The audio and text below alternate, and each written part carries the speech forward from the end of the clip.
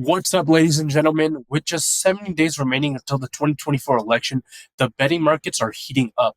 And according to Polymarket's latest forecast, Donald Trump currently has a 50% chance of retaking the White House, making this race one of the most competitive in modern history. In this video, we'll be analyzing the 2024 electoral map based on the latest betting odds for every single state. Betting markets have often proven to be an effective predictor of election outcomes, sometimes even outperforming traditional polling methods. So let's dive into the details and see how the odds stack up for both Trump and Harris. So some of you guys might even be asking, what is Polymarket? Well, Polymarket is a decentralized information market platform where users can trade on the outcomes of real world events, right? So essentially it's a prediction market that allows people to bet on various topics, including elections, sports, finances, and more. What makes Polymarket so unique is that it leverages blockchain technology to create a transparent and trustless system where market outcomes are determined by the collective wisdom of its users, right? So in the context of this election, right, Polymarket aggregates the opinions of thousands of users who are putting their money where their mouth is, so to speak, by betting on who they believe will win the presidency. The odds generated by Polymarket are often seen as a highly accurate reflection of the likely outcome, as they represent the collective judgment of informed participants who are financially incentivized to be correct. Using Polymarket's odds to analyze the 2024 electoral map gives us a unique and data-driven perspective on how the election might unfold. By looking at where people are placing their bets, we can gain insights into which states are solidly in one candidate's column, which are likely to flip, and where the true battlegrounds lie. We'll start by filling in the solid states for both candidates, those where either Trump or Harris has a 95% chance or more of winning. These states form the foundation of each candidate's electoral strategy, representing their strongest support bases. Now let's get into the solid states for Kamala Harris. Kamala Harris is a clear favorite to win the traditional Democratic strongholds on the West Coast, including Washington, Oregon, California. With its 54 electoral votes, remains the largest prize in the category. Despite some shifts in the voter sentiment in certain regions of the state, California is still expected to deliver a solid victory for Harris. Moving eastward, Harris also has a strong lead in Colorado, where shifting demographics and growing urban population in areas like Denver have solidified the state as a Democratic stronghold. Hawaii, with its unique cultural and demographic makeup, remains firmly in the Democratic column as well as Illinois. In the Northeast, Harris counts on New York, Vermont, Massachusetts, Connecticut, and Rhode Island, all the states with the strong liberal traditions and urban populations that lean heavily Democratic. Additionally, New Jersey and Delaware, the latter being Joe Biden's home state, are expected to remain solidly blue.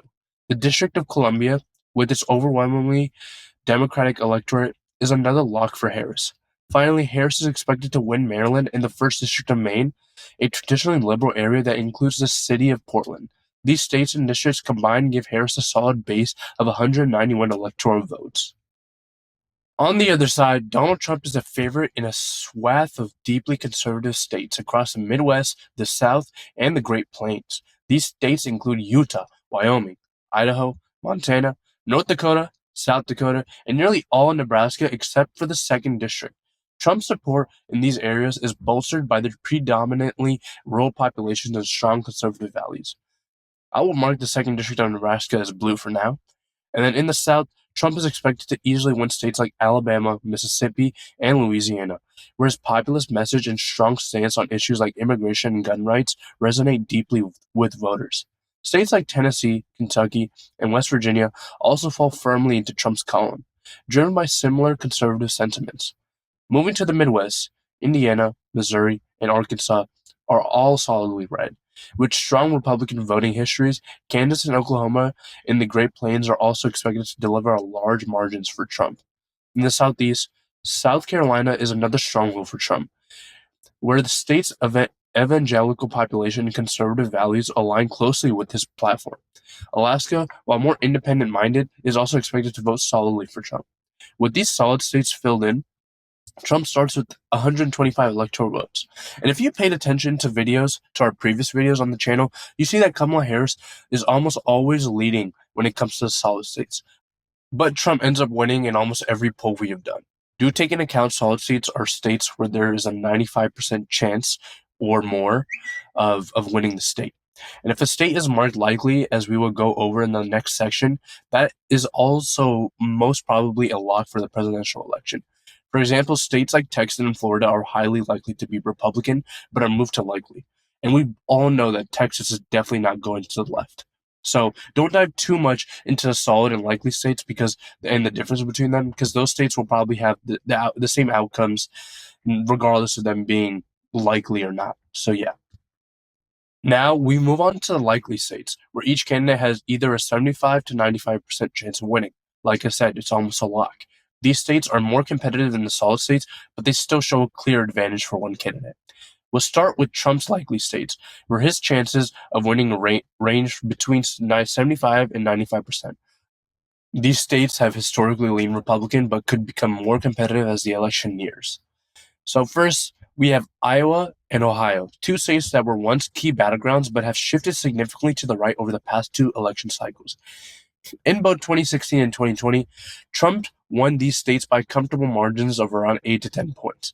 Before Trump's victories, Iowa and Ohio's were considered swing states, with Obama winning them in 2012.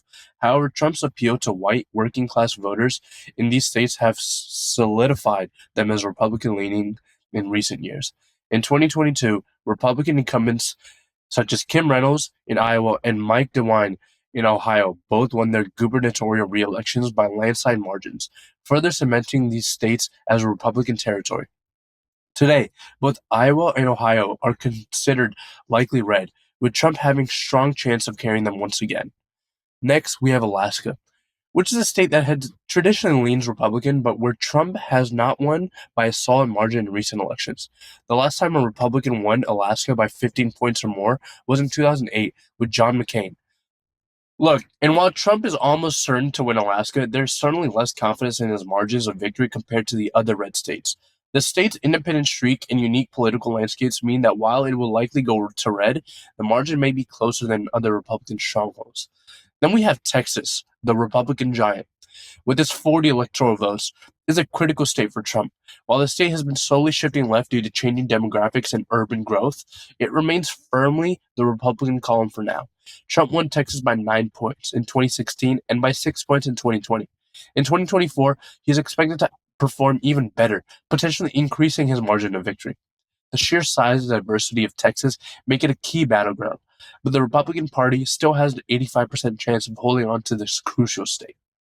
Florida, with its 30 electoral votes, is another key state that has shifted firmly into the Republican camp. Once the ultimate swing state, Florida has trended red in recent years, with Trump winning it by 1.2 points in 2016 and by a larger margin of 3.4 points in 2020. The state's demographic changes, particularly the influx of conservative-leaning retirees and the shift among Hispanic voters towards the GOP, have solidified Florida's status as a likely red state. Trump is currently has an 83% chance of winning Florida, making it a crucial part of his electoral strategy.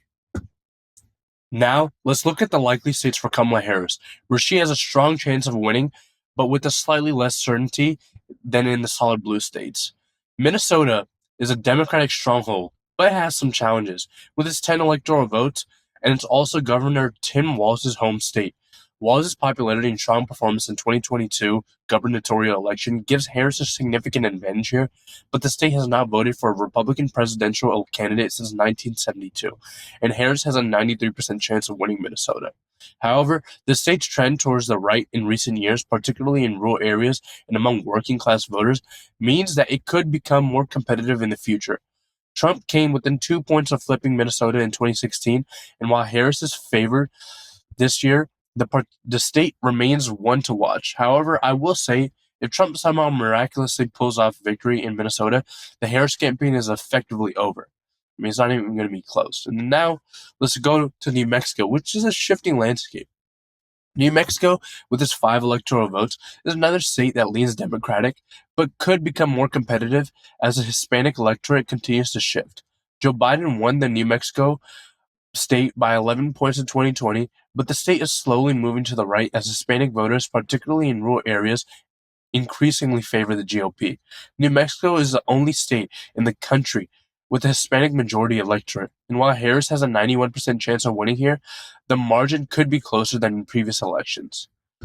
Now we move on to Maine, which is a divided state for sure. And Maine's statewide vote, which awards 2 electoral votes, is expected to lean Democratic, with Harris having an 86% chance of winning. However, like Minnesota, Maine shows signs of becoming more competitive in recent years. In 2016, Hillary Clinton won Maine by just 3 points. Though Biden improved that margin to nearly 10 points in 2020, Harris's performance is expected to fall somewhere in between, with the state leaning blue but remaining competitive. And Virginia is another state that is in transition. Virginia, with its 13 electoral votes, is another state that leans Democratic but could become more competitive in the future. The state has moved significantly to the left over the past decade, but the election of the Republican Governor Glenn Youngkin in 2021 shows that Republicans can still compete here. Harris currently has an 85% chance of holding onto Virginia, a state that Biden won by 10 points in 2020. However, as the state continues to shift, it remains one to watch in future elections. Now New Hampshire, which is a historical battleground state. Finally, with its 4 electoral votes, this state has a long history of being a battleground, with Clinton winning it by less than half a percentage point in 2016 and Biden winning it by 7 points in 2020. Harris currently has an 81% chance of winning in New Hampshire, making it the final likely blue state on our map. However, given the state's history of close elections, it remains one to watch as the race progresses. Now we move on to the lean states, where each candidate has between a 55 to 75% chance of winning. This is where things get kind of juicy, in my opinion. These states are among the most competitive, and while one candidate may have a slight advantage, they could easily swing in the other direction. I'll just start by just marking Maine second for Trump. Now let's move on to the Tar Heel state. North Carolina, with its 16 electoral votes, is a state that Democrats have only won once since 1976, when Barack Obama narrowly carried it in 2008. Trump won North Carolina in both 2016 and 2020, and he currently has a 61% chance of holding on to it in 2024. Despite polling that showed that Biden was ahead in 2020, Trump managed to secure a victory by focusing on the state's rural and suburban voters. Harris will need to make significant inroads in urban areas like Charlotte and Raleigh to make North Carolina competitive, but the state is expected to remain in the Republican column. Georgia, with its 16 electoral votes, is another key battleground. Biden's narrow victory in Georgia in 2020 has a major achievement for Democrats, but the state remains highly competitive. And personally, I think that the Democratic vote in Georgia was probably more of an anomaly, but as we can see here, Georgia is leaning back to the Republican Party. Trump currently has 62% chance of winning Georgia, making it a full lean red state. The state's shifting demographics, particularly the growing influence of black voters in the Atlanta metropolitan area, have made Georgia more competitive. But Trump's appeal in the state's rural areas and smaller cities give him the edge. Harris will need to replicate Biden's success in turning out voters in the Atlanta area to keep Georgia competitive. Now, let's go on to the lean blue states for Harris, where Michigan is the heart of the Rust Belt states. Michigan, with its 15 electoral votes, is a critical background in the Rust Belt. Harris currently has a 62% chance of winning Michigan. Making it a lean blue state, Michigan has a long history of voting Democratic. But Trump's victory in the state in 2016 showed that it could swing either way. Harris would need to focus on the turnout in Detroit and the surrounding suburbs, as well as making inroads with the working class voters in the state's more rural areas. Michigan's status as a key battleground means that both campaigns will likely invest significant resources here. So watch out for this state. Now, Wisconsin, which is another crucial Rust Belt state, has 10 electoral votes, and it is such a key battleground in the Rust Belt. Harris currently has a 57% chance of winning Wisconsin, making it a lean blue state. Like Michigan, Wisconsin has a history of voting Democratic, but Trump's victory in 2016 showed that it could be won by Republicans for sure. Harris will need to focus on turnout in Milwaukee and Madison, as well as making inroads with rural voters in the state's more conservative areas. Wisconsin's status as one of the most competitive states in the country means that it will closely be watched throughout that campaign. Finally, we reach the tilt states. These are the states with less than a 55% chance winning for either candidate. These are the true battlegrounds that will decide the 2024 election. In Arizona is Sunbelt battleground. I mean, Arizona has 11 electoral votes and is one of the most competitive states in the country. Trump currently has a 55% chance of winning Arizona, making it a lean red state. Arizona was one of the key states that Biden flipped in 2020, and it remains a crucial battleground in 2024. Harris would need to focus on turnout in the state's urban areas, particularly in Maricopa County, to keep Arizona competitive. However, Trump's appeal in the state's more rural areas and his strong support among white, working class voters give him the edge. Now, Nevada, which is another Sun Belt state, has 6 electoral votes and is another key battleground in the Sun Belt. Trump currently has a 53% chance of winning Nevada, making it a tilt red state. Nevada has a history of close elections, with Clinton winning the state by just 2.4 points in 2016 and 2020. Harris will need to focus on turnout in Las Vegas and Reno, as well as making inroads with Hispanic voters, to keep Nevada in the Democratic column. However, Trump's appeal in the state's more rural areas gives him a slight edge. And guys, I'm sorry for my voice. I'm super sick right now, but still getting it through it for you guys. Anyway, let's move on to the final state, the most important and most crucial one, Pennsylvania. With its 19 electoral votes, Pennsylvania is one of the most crucial battlegrounds in the country, and it is likely to be the state that decides the 2024 election. Trump currently has a 51% chance of winning Pennsylvania, making it a tilt red state. Pennsylvania has had a history of close elections, and it was one of the most key states that Trump flipped in 2016. Harris will need to focus on turnout in Philadelphia and the surrounding suburbs, as well as making inroads with working class voters in the state's more rural areas, to keep Pennsylvania in the Democratic column. However, Trump's appeal in the state's more conservative areas give him a slight edge. Now, with just 70 days remaining until the election, the betting markets give Trump a slight edge over Harris. Trump is currently on track to win 287 electoral votes, while Harris is projected to win 251.